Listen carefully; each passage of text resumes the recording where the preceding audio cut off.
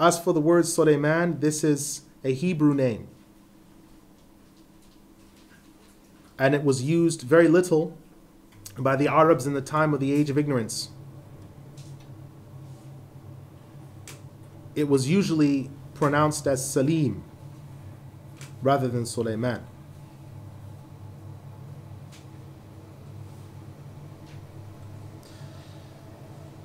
When Allah the Exalted said, and Suleiman did not reject faith, this is a proof on the kufr of the one who practices magic, because they attribute to Suleiman magic and not to kufr. But the demons, they disbelieved. Ibn Kathir, Nafi', Abu Amr, Asim, they all pronounce it walakinna, and this is for emphasis. While Ibn Amir, Hamza, Al-Kasai pronounce it walakin. Allah the Exalted says, and also what was sent down on the two angels in Babylon, Harut and Marut.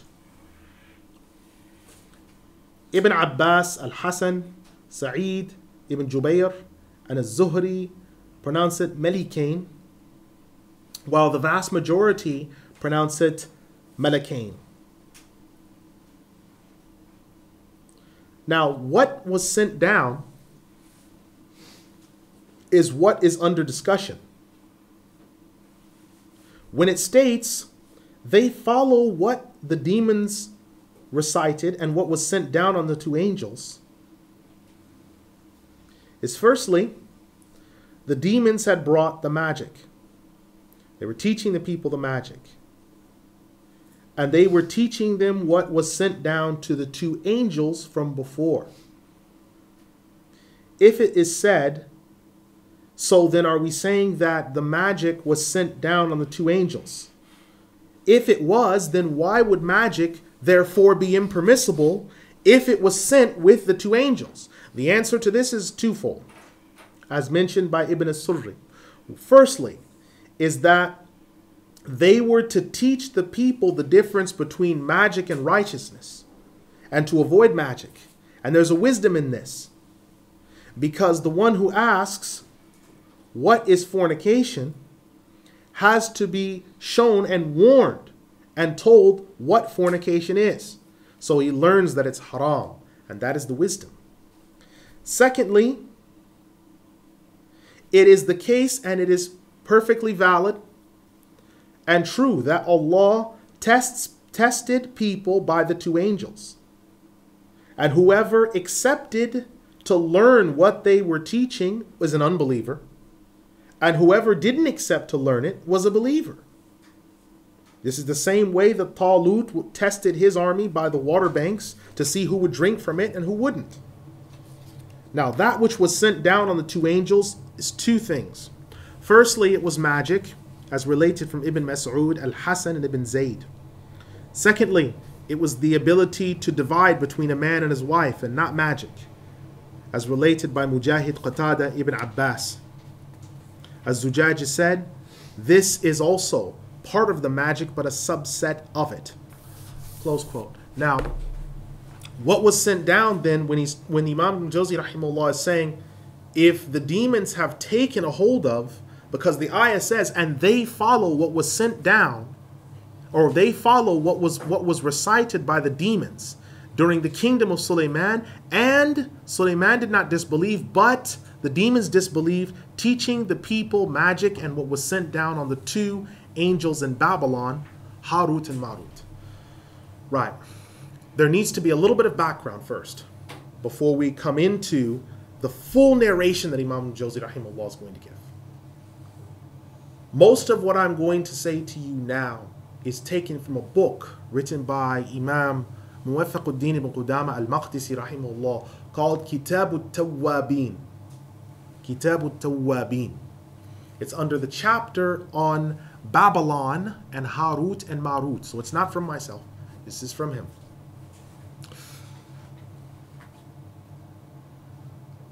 When Nebuchadnezzar invaded when he invaded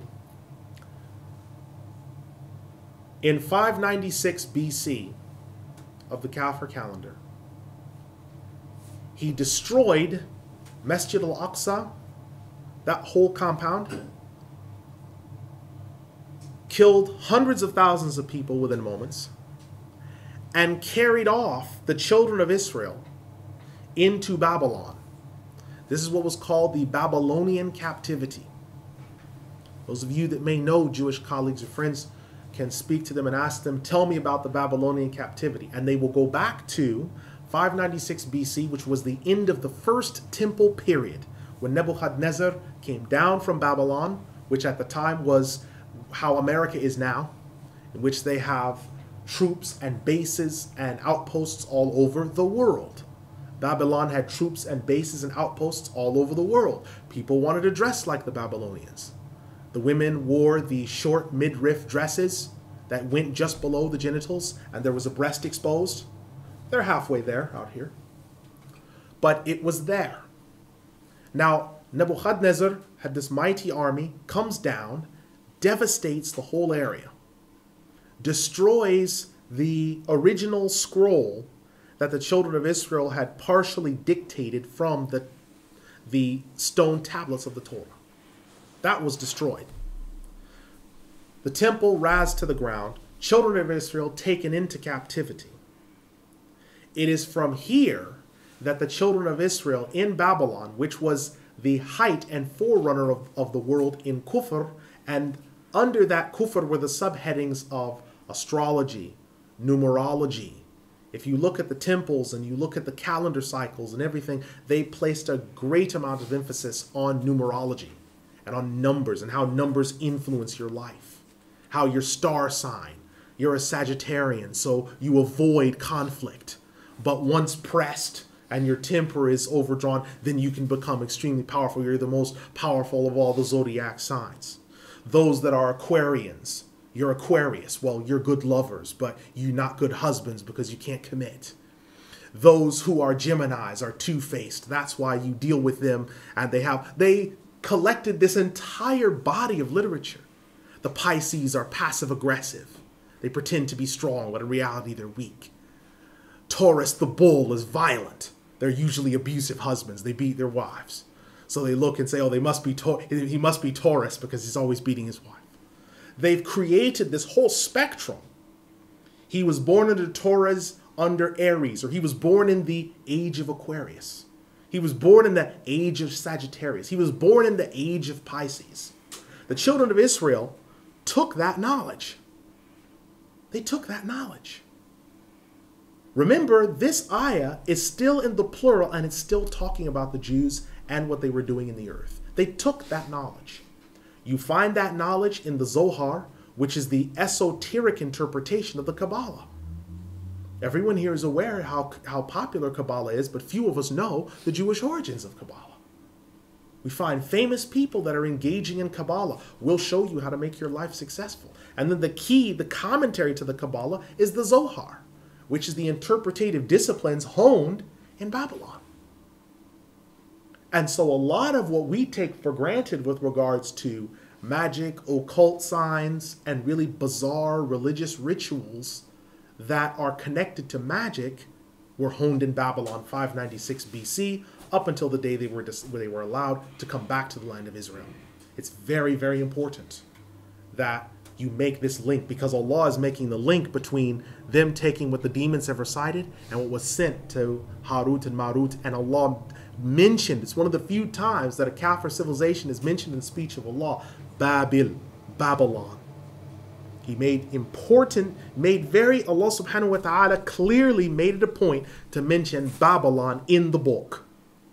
Usually it's honorable, righteous, and noble things that Allah mentions in his speech, but when they're not noble or honorable things, Allah will mention them by name in his book to draw attention to the severity and importance of the person knowing what's being addressed.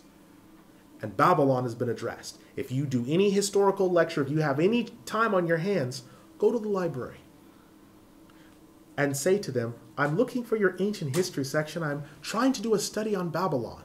You will find stacks of books unbelievers have poured out their hearts in worshipful gaze towards Babylon. Wasn't Saddam Hussein trying to rebuild it? He was. So a lot of emphasis has been put on Babylon, what Babylon represents, because that was the height for thousands of years of that knowledge. And so we're going to read next, what was that knowledge? We've already learned that it was sihr, magic, but what was the knowledge that the children of Israel got? Secondly, you also find here that Imam Ibn Al-Jawzi, rahimahullah, he makes a link and he says this is a proof that someone who's a magician is a kafir. The scholars are in agreement that magic, sihr, is major kufr. They're in agreement, it's major kufr. It's major. Because it says, وَمَا كَفَرَ Suleiman, and Suleiman did not reject faith. Well, obviously, how could he have rejected faith? Well, if he practiced magic. So magic entails the rejection of faith. It entails the rejection of faith. And the scholars understand from that the magician or the female magician or the witch or the warlock are pagans. They're idol worshippers. Those who engage in it have engaged in major kufr. So whether it's crystal balls, tea leaf reading, palm reading, Ouija boards, it's major, major kufr. Major. The Prophet ﷺ said in a hadith in the Sahih Imam Muslim, just to believe what they have said as truthful entails that your salah is not accepted for 40 days. Reading the newspaper, you happen to find out that you're Gemini. You're reading about your love life, or you're reading about your financial exploits, and you say, wow, that fits me to a T. Well, keep praying your salah, but for 40 days, the reward has been removed. So it's a serious matter. Magic is severe. And when we're talking about magic, we're not talking about men wearing Abraham Lincoln stovetop hats, pulling rabbits out of hats and doing these. We're talking about real sorcery, real magic, where people get killed, they get injured, they get mentally disturbed, they suffer from madness. Real magic, not people taking cards and pulling pennies from behind people's ears and saying choose one, and they reproduce the ace of spades. And these are sleight of hand. This is shumbooth. This is sleight of hand. We're talking real magic. Magic is real, it is severe, it's out there, and it's major kufr. Imam Al-Jawzi rahimahullah, he says, quote, the scholars have mentioned that the two angels were sent down to the earth for a reason. It was due to the plethora of sins committed by the children of Adam. And some of the angels in anger made dua against them. Allah the Exalted said, if you were to be sent down with desires and among the demons, just as the children of Adam were, you would have done the same thing as what they did. The angels spoke among themselves that if they were tested, they would have held on to that which Allah had helped them with. So Allah therefore said to the angels to choose from among themselves the best of them, two angels. And they chose Harut and Marut. This is narrated from Ibn Mas'ud and Ibn Abbas. The scholars differ as to what exactly they did of the disobedience and what that entailed. One point that they did is that they did commit fornication, and they did murder, and they did take intoxicants, as stated by Ibn Abbas. Secondly, they transgressed in the ruling that Allah gave, as said by Ubaydullah ibn Utbah. And thirdly, that they desired and went in unto disobedience alone. This alone was sin enough. It was narrated from Ibn Abbas, it was narrated from Ali radiallahu anhu, that there was a woman named Az-Zahra who was beautiful, and that the two angels Harut and Marut, once they had come to earth and been given earthly, fleshly form, were disputing regarding her. And each one of them desired her for himself.